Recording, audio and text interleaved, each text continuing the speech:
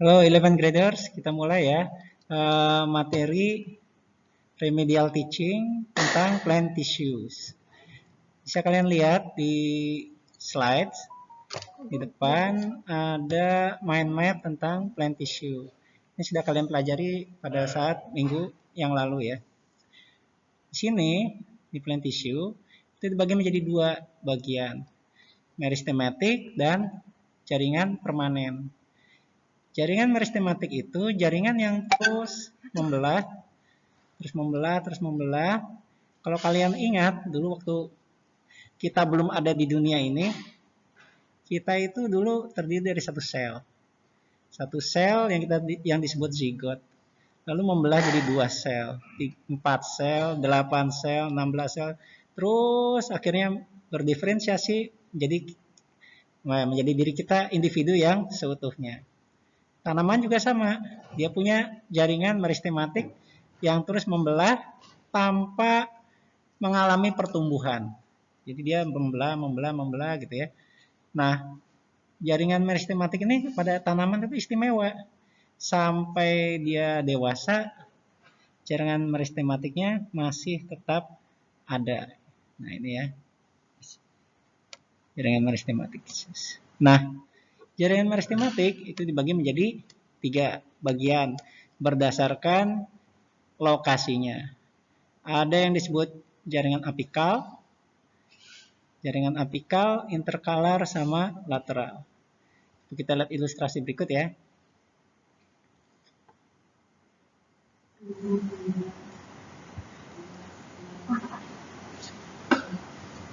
Ini slide. Oh.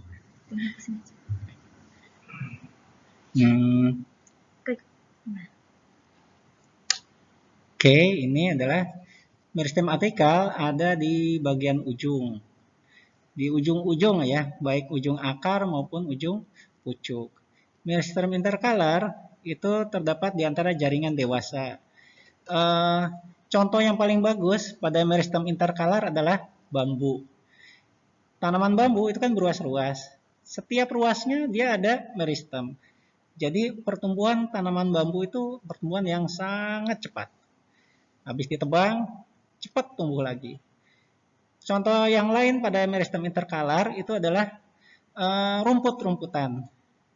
Kalian lihat ya, rumput habis dipangkas atau dimakan sama golongan kambing dan golongan sapi. Setelah dimakan, nggak lama cepat tumbuh lagi gitu ya. Mengapa bisa terjadi demikian? Itu karena adanya meristem interkalar. Jadi dia cepat membelah, cepat tumbuh, memanjang ke atas dan ke bawah. Meristem apikal sama interkalar pertumbuhannya vertikal ya, pertumbuhan vertikal. Ya ke atas atau ke bawah. Beda yang berikutnya, yang ketiga adalah meristem lateral. Meristem lateral ini hanya ditemukan pada gymnosperma dan dikotil. Ini meristem lateral bertanggung jawab terhadap pertumbuhan ke samping. Jadi melebar gitu ya. Jadi pada tanaman berkayu biasanya. Jadi dia melebar ke samping. Jadi ingat ya, yang A, apikal dan interkalar itu pertumbuhan ke atas, vertikal. Meristem lateral atau kambium pertumbuhan melebar ke samping atau horizontal. Oke. Nah, ini kalau pada gambar, ini ada gambar tanamannya. Nilainya di di pucuk, ini ada meristem apikal. Interkalar biasanya di antara tiap ruas, misalnya pada tanaman bambu, atau internode. Internode itu tempat tumbuhnya cabang atau ranting baru. Yang lateral atau kambium ini pada tanaman yang sudah dewasa. Pertumbuhan ke samping. Ini gambar pada akar. Di akar ini ada 3 zona. Zona meristematik. Di sini banyak meristem apikalnya. Zona elongasi.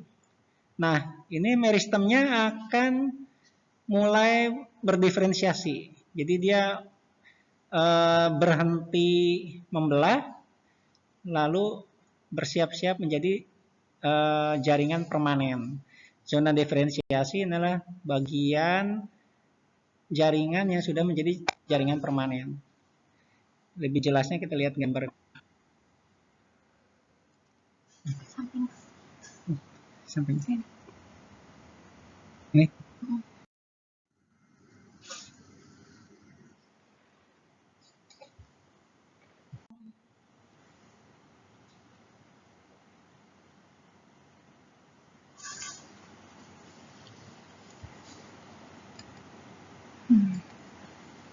Nah, oke.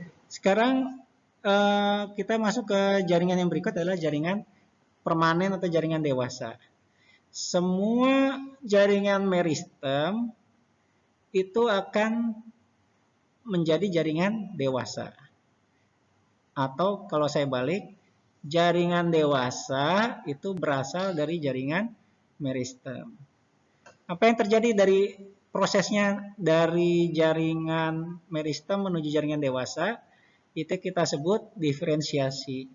Diferensiasi simpelnya definisinya adalah proses menuju dewasa. Oke, ini sifat-sifat jaringan dewasa. Silakan kalian baca sendiri.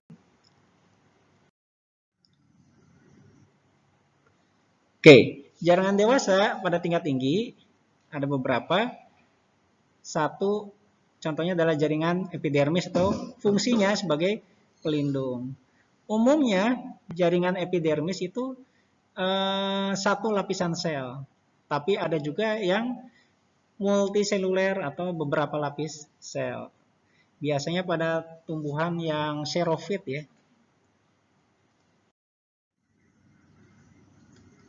Oke, ini sel epidermis memiliki derivat epidermis atau beberapa perkembangan ya. Ada yang stoma atau stomata, ini biasanya pada daun.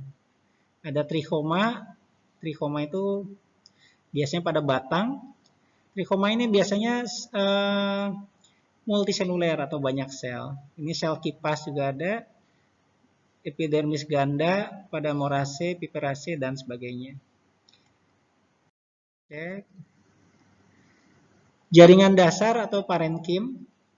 Parenkim ini dijumpai ada pada semua bagian tumbuhan. Mau dari akar, batang, daun, bunga, semua pasti ada parenkimnya. Ciri-ciri parenkim. Ciri-ciri parenkim ini, yang pertama adalah dinding selnya tipis. Lalu yang kedua, memiliki ruang antar sel. Jadi ada ruang antar sel antara sel satu dengan yang lainnya tidak rapat. Lalu yang ketiga, selnya adalah sel hidup. Nah, yang berikutnya ini ada jaringan penguat atau penyokong, terdiri dari dua bagian, kolenkim dan sklerenkim.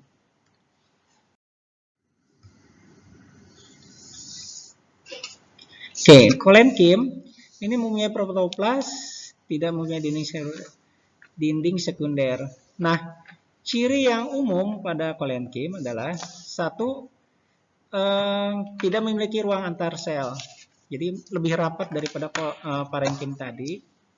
Lalu dinding selnya mengalami penebalan di pinggir-pinggirnya aja. Fungsinya kolenkim adalah untuk supporting ya, sebagai penguat yang membuat jaringan itu tegak, membuat tumbuhan itu tegak. Misalnya kalau pada manusia itu adalah tulang ya, fungsi tulang. Kalau pada tumbuhan adalah jaringan kolenkim. Sklerenkim ini selnya sel mati. Kalau tadi parenkim sama kolenkim adalah sel hidup. Kalau sklerenkim selnya adalah sel mati. Sel sklerenkim ini dibagi dua, ada yang disebut serat atau fiber, ada yang disebut sklerate. Contoh yang sklerenkim ini keras, kuat. Kalau pada tumbuhan, contoh yang paling bagus adalah batok kelapa ya. Batok kelapa itu adalah sklerenkim. Contoh yang lain Kalau batok kelapa itu sclerate ya. Kalau contoh serabut itu tulang daun. Kalau kalian pegang tulang daun ada tulang daunnya bagian yang keras, itu adalah jaringan sclerenchyme. Oke, ini bisa dilihat, ini ada 3 contoh A, B, C. Bagian A ini adalah ini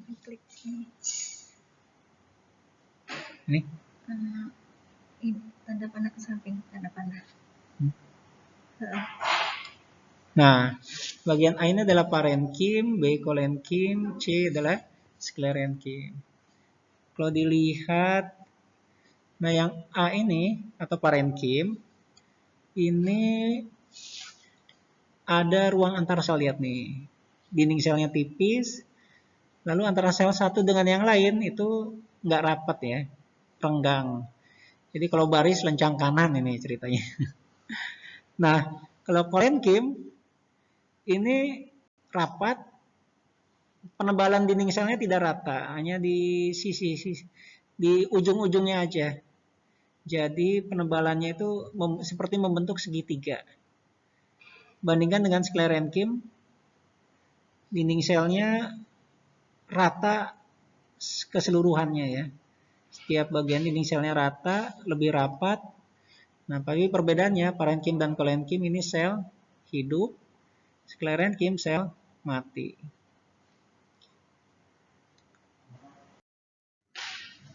Oke, ini ada pertanyaan konfirmasi. Silahkan nanti dijawab di GC. Pertanyaannya ada di sini. Tapi kalian menjawabnya di GC. Nomor 1, jelaskan perbedaan struktur dinding sel antara jaringan parenchyme, collenchyme, dan sclerenchyme. Nomor 2, mengapa pada teknik pembuatan tanaman bonsai bagian ujung batang dihilangkan? Dan nomor 3, pada tumbuhan monokotil, akar primer akan digantikan dengan akar serabut. Apakah tumbuhan masih memiliki jaringan meristem di bagian akar? Jelaskan secara konseptual. Oke, silakan nanti kalian pause, lalu kalian kerjakan di GC. Setelah selesai, kita lanjut ke slide yang berikutnya.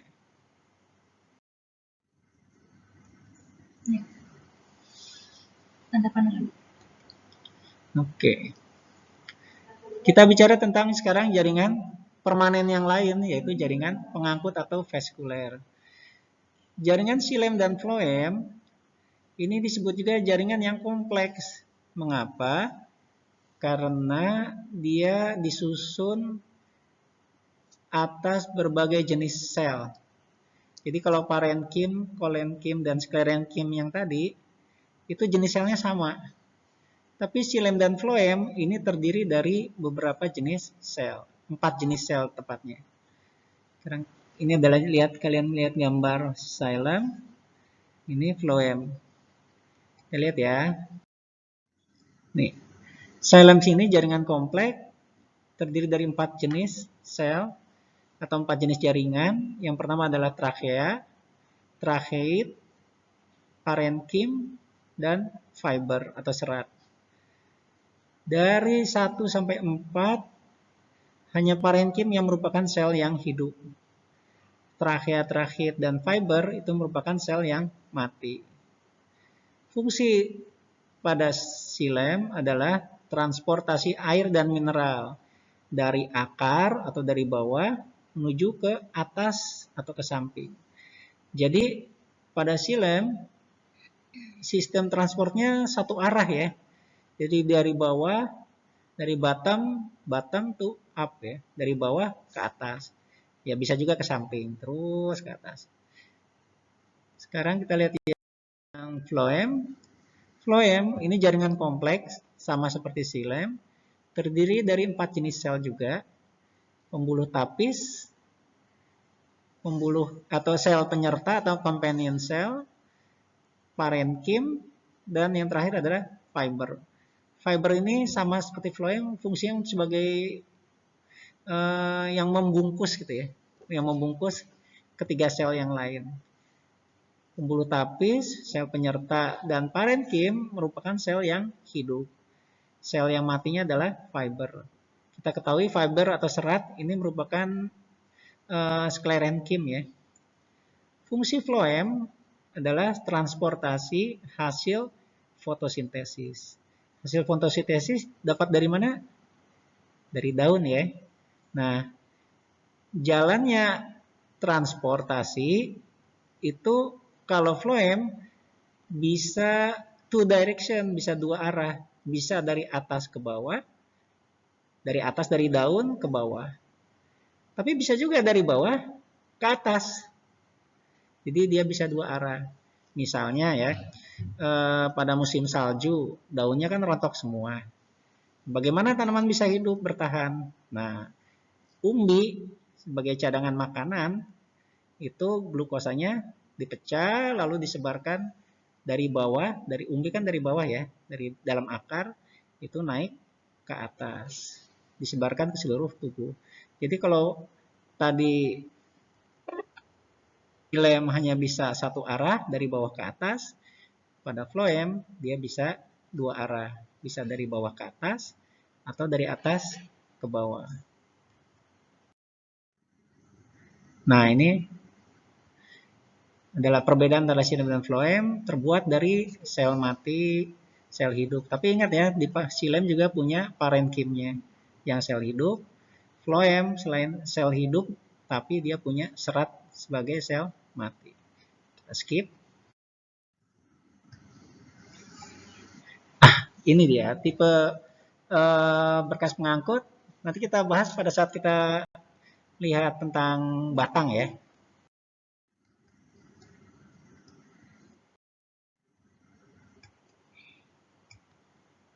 Nah, ini akar, kita masuk pada organ tumbuhan ya. Akar tumbuhan adalah akar primer dan akar liar. Silakan kalian baca sendiri nanti. Nah, ini adalah gambar anatomi akar, perbedaan antara dikotil dan monokotil. Lihat ini bagian yang paling luar. Bagian paling luar. Ini yang contohnya di sini ada hanya satu lapis sel, itu pasti epidermis. Kenapa? Epidermis kan fungsinya proteksi ya, melindungi. Kalau melindungi harus dari luar ya, supaya nggak ada yang memproteksi di bagian yang dalam. Pada monokotil juga sama, bagian paling luar yang satu lapis sel ini adalah epidermis.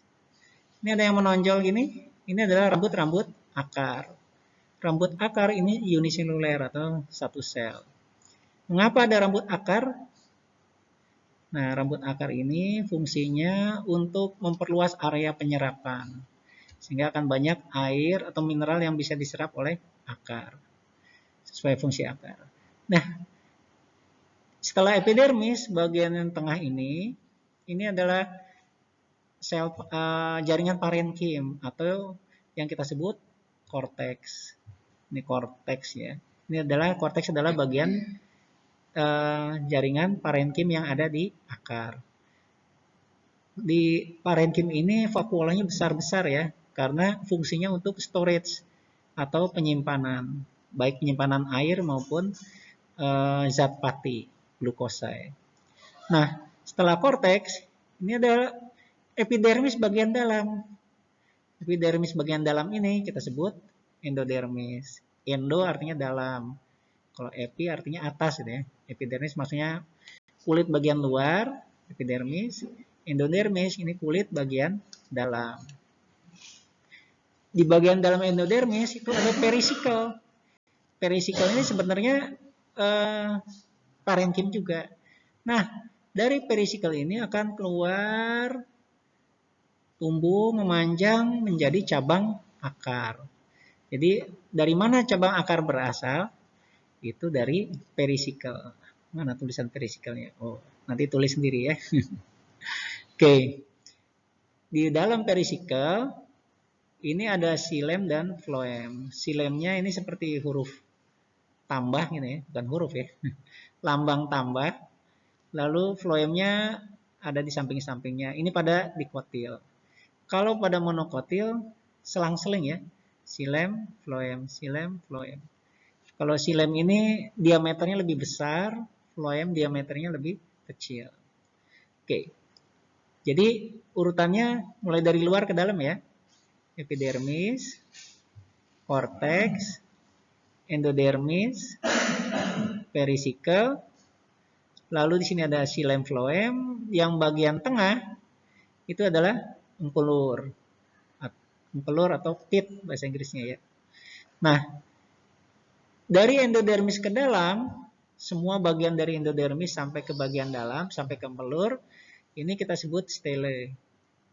Bagian endodermis ke dalam, jadi endodermis, pericycle, xilem, phloem, empelur, ini kita sebut stele. Sampai sini paham? Kalau nggak paham, buka lagi bukunya ya. Lanjut. Oh iya. Recording in progress. Sabar. Nggak tahu. Udah selesai tuh? Nggak tahu. Apa iya? Ntar dulu, ntar ke itu. Belum tadi dannya ya belum. Ntar ke tutup lah ya. Nggak tahu. Udah. Oh enggak deh, enggak. Batang belum. Enggak ini. Tadi baru akar. Nih. Oh, ih. Mohon maaf, kesalahan teknis. Oke, sekarang masuk ke batang ya. Nah, ini bagian batang hampir sama. Bagian luar pasti epidermis. Sambil tutup mata juga bisa ya. Bagian luar epidermis ya. Epidermis terdiri satu lapis sel atau lebih. Di bawah epidermis itu ada korteks. Ini ada modifikasi epidermis trichoma ya. Kalau pada akar tadi kan disebutnya rambut akar. Kalau ini trichoma. Trichoma pada batang itu multiseluler, selnya banyak. Korteks, kalau pada batang dikotil lebih jelas daripada korteks pada monokotil. Lalu kita lihat ini, susunan xilem dan phloemnya. Kalau pada dikotil dia melingkar. Lalu antara xilem dan phloem itu di bagian tengahnya ada kambium. Kalau pada monokotil kan memang nggak punya kambium ya. Jadi ini xilem dan phloemnya tidak dipisahkan oleh kambium. Maka ini yang tadi kita sebut bahwa tipe pembuluh pada dikotil itu adalah kolateral terbuka. Kenapa terbuka? Karena di bagian antara xilem dan phloemnya di tengah-tengahnya ada kambium. Kalau pada monokotil sistem pembuluhnya kolateral tertutup. Oke, lihat di sini ada empelur bagian tengah.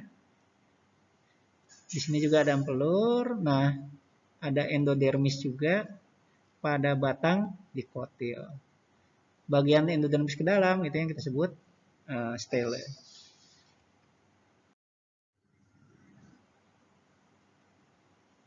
Udah ini kayaknya. Makanya loadingnya lama. Oh, kita stop aja ya. Sisanya Pause.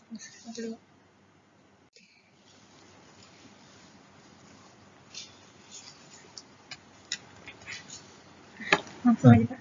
Oke, ini daun kita langsung aja ya. Bagian atas pasti epidermis ya. Bagian tengah ini kita sebut mesofil. Mesofil atau meso itu artinya tengah, fil artinya daun. Nah, bagian mesofil ini terdiri dari dua jenis sel ya. Ada sel atau jaringan palisade, lalu satu lagi spons atau bunga karang. Keduanya tersusun dari jaringan parenkim. Pada mesofil ini banyak terjadi proses fotosintesis. Di bagian tengah daun juga ada berkas pembuluh. Ada xilem, phloem, lalu dibungkus oleh serat. Nah, kalau saya bilang serat, kalian pasti tahu ya, serat itu adalah sklerenkim. Kalian ingat lagi ya, sklerenkim bagian yang paling keras pada tumbuhan karena banyak lignin di situ ya. Oke. Ini daun. Nah, bunga, kita lihat gambarnya aja. Ada bunga, bagian reproduksi female atau betina ini mulai dari kepala putik dan tangkai putik atau yang kita sebut karpel. Bagian reproduksi jantan, kepala sari, sama tangkai sari atau yang kita sebut stamen. Lalu ada mahkota bunga, ada kelopak bunga dan reseptakel. Itu aja. Next.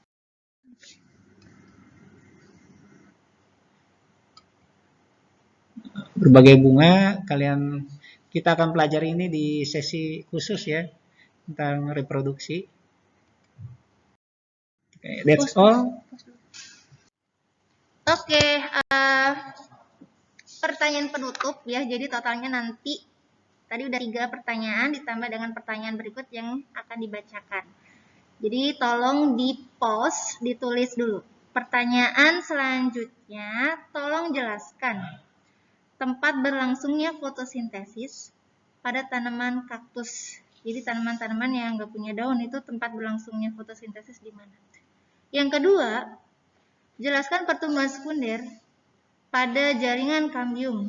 Kalau keluar dia jadinya apa? Maksudnya pertumbuhan ke arah luar dia jadinya apa, dan ke arah dalam dia jadinya apa.